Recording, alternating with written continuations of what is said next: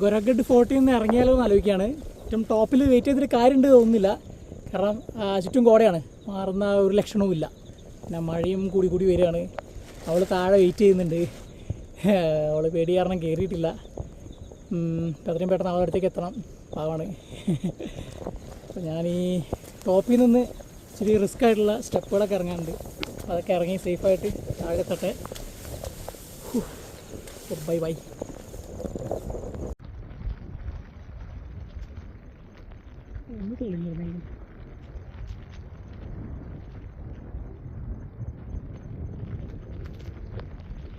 ഇവിടേക്ക് കിട്ടില്ല വ്യൂ ഉണ്ട് കേട്ടോ, പക്ഷെ അതൊന്നും തെളിയുന്നില്ല.